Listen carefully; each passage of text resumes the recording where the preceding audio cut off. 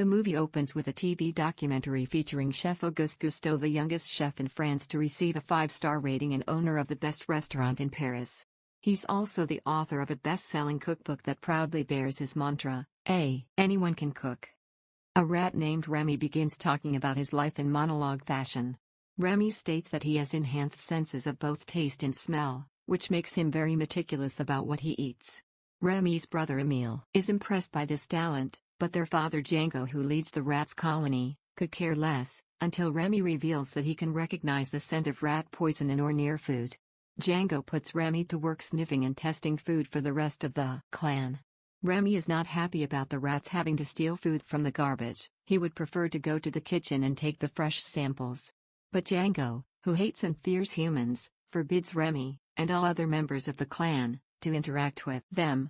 Despite his father's orders, Remy spends several nights in the home of an old lady, Mabel, which is where the rats have colonized, reading Chef Gusteau's cookbook and watching television programs about cooking. Before long he has a near-expert level of knowledge about food preparation. One day, Remy takes Emile into the kitchen to get some spices that will go with some other food samples they have gathered. Emile hesitates, but agrees to go with his brother. While inside, Remy sees Gusteau on TV and listens in, but he learns that a famous food critic named Antonico, known for having viciously high standards, gave Gusteau's restaurant a less than stellar review that resulted in the restaurant losing one of its 5 stars. Heartbroken, Gusteau died soon after, which meant the loss of another star according to tradition. While reacting to the news of Gusteau's death, Remy accidentally wakes Mabel, who attempts to kill him and Emile with a shotgun. They manage to evade her, but the roof of the house is shot multiple times and collapses, exposing the entire rat colony. Django orders everyone to evacuate, but Remy stays behind to grab Gusteau's book. The rats manage to escape on miniature rafts into a river. Remy uses the cookbook as a flotation device but is separated from the group by a rapid current in the sewers. Hours later, Remy sits, reading the cookbook, waiting for a sign of his friends and family. Through a fusion of grief, loneliness and hunger, Remy begins to hallucinate that the illustration of Chef Gusteau is talking to him. Gusteau encourages Remy to go up through the sewers and find out where he is now. Remy travels along several pipes and finds that he is in Paris, just in front of Gusteau's restaurant. Inside Gusteau's, the new head chef Skinner meets Alfredo Linguini, the son of Chef Gusteau's recently deceased old flame, Renata. Linguini gives Skinner a letter written by his mother in the hope of getting a job at the restaurant. He is given the role of plongeur, or garbage boy, and put to work immediately. As Remy watches the action in the kitchen, he spots Linguini accidentally knocking over a pot of soup and trying to cover up his error by adding random ingredients, knowing that the combination Linguini has forged will be terrible. Remy freaks out and accidentally falls into the restaurant through the skylight. He tries to escape through an open window, but catches a whiff of the soup and, revolted by the smell, adds his own ingredients to the mixture. However, inspired by a hallucination of Gusteau, continues to fix the soup, but gets caught by Linguini, who traps him underneath a bowl before he can run away and anybody else notices him. Skinner spots Linguini supposedly messing with the soup and shoos him out, but he cannot stop the waitstaff from serving the soup. A bowl is served to a food critic, Soline Leclerc, who likes the concoction. Skinner still wants to fire Linguini, but another chef, Collectato, sticks up for Linguini, stating that firing him for making something a customer liked would go against the restaurant's mantra and heavily affect their reputation for the worst. Skinner relents and allows Linguini to stay. Remy makes another attempt to escape, but this time Skinner spots him and Linguini manages to catch Remy in a jar. Skinner orders Linguini to take the rat away and kill it. Linguini takes Remy to a river but cannot bring himself to dispose of the rat. Linguini knows that the rat was the one who really made the soup and that Skinner will expect a duplication of the recipe. Linguini, seeing that Remy can apparently understand him, takes the rat home and essentially adopts him. The next morning, Linguini sees that Remy, who he has nicknamed Little Chef, has apparently stolen food and bailed, but in reality has cooked breakfast for them both, which is short-lived when Linguini notices that they're late for their first day. When they arrive at the restaurant, Linguini tries to find a way to have Remy cook but without anyone else seeing. After a few tries, they find out that Remy can manipulate Linguini like a puppet by pulling on the boy's hair. Deciding that this is their best method, Linguini and Remy spend the next few days practicing cooking in their spare time. Before long they are able to make a perfect duplicate of the soup that captured the critics' attention. Skinner appoints Colette to teach Linguini about the finer points of haute cuisine. Colette does not relish the task at first. She's the only female chef, worked very hard to obtain her position, and sees Linguini as a possible threat to her status. Later that night, Skinner meets with an agent. We learn that since Chef Gusteau's death, Skinner has been making a profit by selling out the Gusteau name and image to a line of cheap frozen food. Taking a moment to read the letter from Linguini's mother, Skinner panics and calls his lawyer. The lawyer explains that Gusteau's will stipulates that if no heir can be found after 2 years, a deadline which expires in less than a month, Skinner will inherit the restaurant.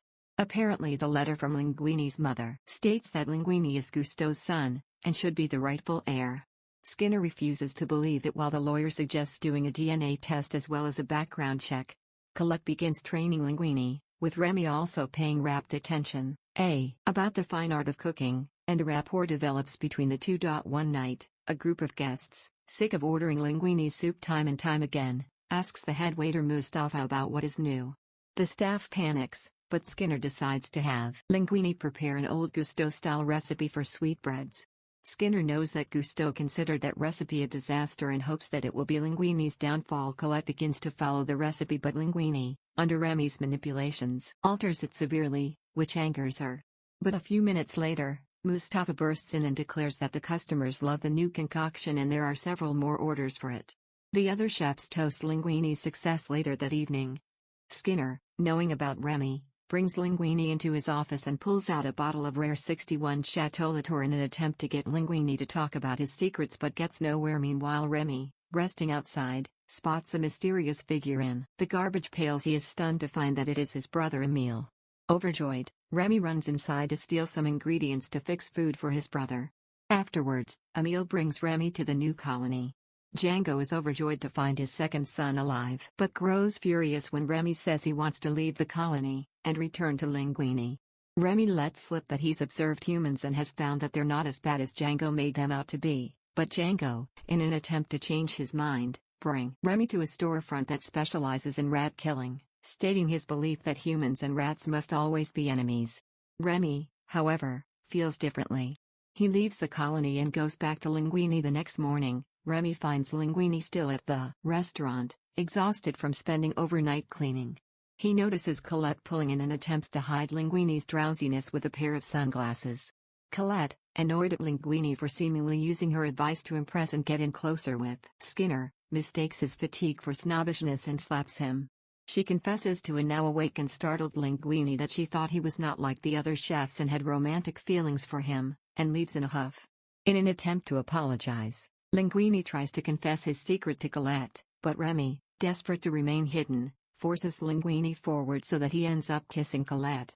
After a few seconds of hesitation, she reciprocates and a relationship between the two is formed. Meanwhile, Antonigo is in his study when he hears news from his butler of Gusteau's renewed popularity. Stunned, he vows to return there and find out what is truly going on. Skinner's lawyer returns to confirm Skinner's worst fear: Linguini is indeed Gusteau's son. Skinner decides not to tell Linguini and let the will's deadline, a mere 3 days away, pass, after which he can fire Linguini and suffer no ill effects. Later that night, Linguini goes out on a spin with Colette on her motorbike. Leaving Remy behind, he finds Emile with a few other rats outside the restaurant. Remy is frustrated that Emile snitched on him, and heads in to get food to keep the other rats from telling the rest of the colony. He sneaks into Skinner's office to find the key to the food locker, and in the process finds and reads the documents describing Linguini's parentage. Remy tries to take the documents, but Skinner spots him escaping again. Despite a thorough chase, Remy gets away and Linguini learns the truth. Skinner is fired. Linguini takes charge of the restaurant and the Gusteau frozen food line is halted at a press conference a few days later. Linguini tries to explain his genius without exposing Remy, much to the latter's frustration. Antonigo then walks in and introduces himself to Linguini, promising to come by the restaurant the next night to review Gusteau's once more. After the conference, Linguini vents to Remy about how he is inhibiting his focus and, in his growing arrogance, decides to try and work without Remy's help. In anger, Remy arranges for the rest of his rat clan to raid the restaurant that night. Linguini finds out and throws all the rats out, including Remy, warning him not to come back or else he'll be treated the way restaurants are supposed to treat pests. Remy retreats into the night, dejected that evening, Remy is found by Emile near the restaurant observing Linguini's poor leadership. Emile then tries to grab a piece of suspiciously placed cheese, but Remy notices that it's a trap and gets caught trying to save him. It turns out that the trap was set by Skinner, who wants Remy to work for him creating new frozen foods. Ego arrives at the restaurant, and instead of ordering off the menu he challenges the chef to hit him with your best shot. Skinner, eager to see the downfall of Linguini, asks to have the same dish that Ego is served. Remy, still caged, is freed by his father and brother. Thankful, he returns to the restaurant to help Linguini. The chefs spot him returning and try to kill him, but Linguini steps in and protects Remy, confessing the truth to everyone. The chefs, stunned, walk out, even Colette. Linguini retreats to his office believing there to be no hope. For Gusteau's Django comes in and admits that he was wrong. Seeing Linguini stand up for Remy has changed his attitude about humans. Django recruits the entire rat colony to help out. They will follow Remy's orders to prepare the food. Just then, a health inspector arrives and sees the kitchen full of rats. A group of rats led by Django swarms the inspector, tying him up and locking him in the pantry. Before long, after a thorough cleaning in the kitchen's dishwasher, the rats form an intricate system under Remy's supervision and are preparing all the meals for the restaurant. Linguini, knowing that someone will have to wait tables, puts on a pair of roller skates and begins serving the guests. Colette, having had a change of heart, returns to the restaurant to help Remy and Linguini. She asks what Remy wants to prepare for Ego. Remy selects Ratatouille, an older-style recipe not traditionally up to the standards of Gusteau's. Colette calls a peasant dish. Soon enough, the entree is prepared and served to Anton. Ego takes a bite of the ratatouille, and immediately has a flashback to his childhood where his mother prepared the same dish to brighten his spirits after a bicycle accident. He is overwhelmed with emotion for the dish. Skinner, furious, storms into the kitchen, and is tied up and thrown into the pantry alongside the health inspector. Ego's heart is warmed by the fantastic meal and insists on thanking the chef, but is told that he must wait until all other customers have left. That evening, Ego learns the whole truth from Linguini, Colette, and Remy. After leaving the restaurant, Ego writes a fantastic review for Gusteau's, proclaiming the chef to be the finest in Paris, while neglecting to reveal the chef's true identity. Unfortunately, the good fortune does not last.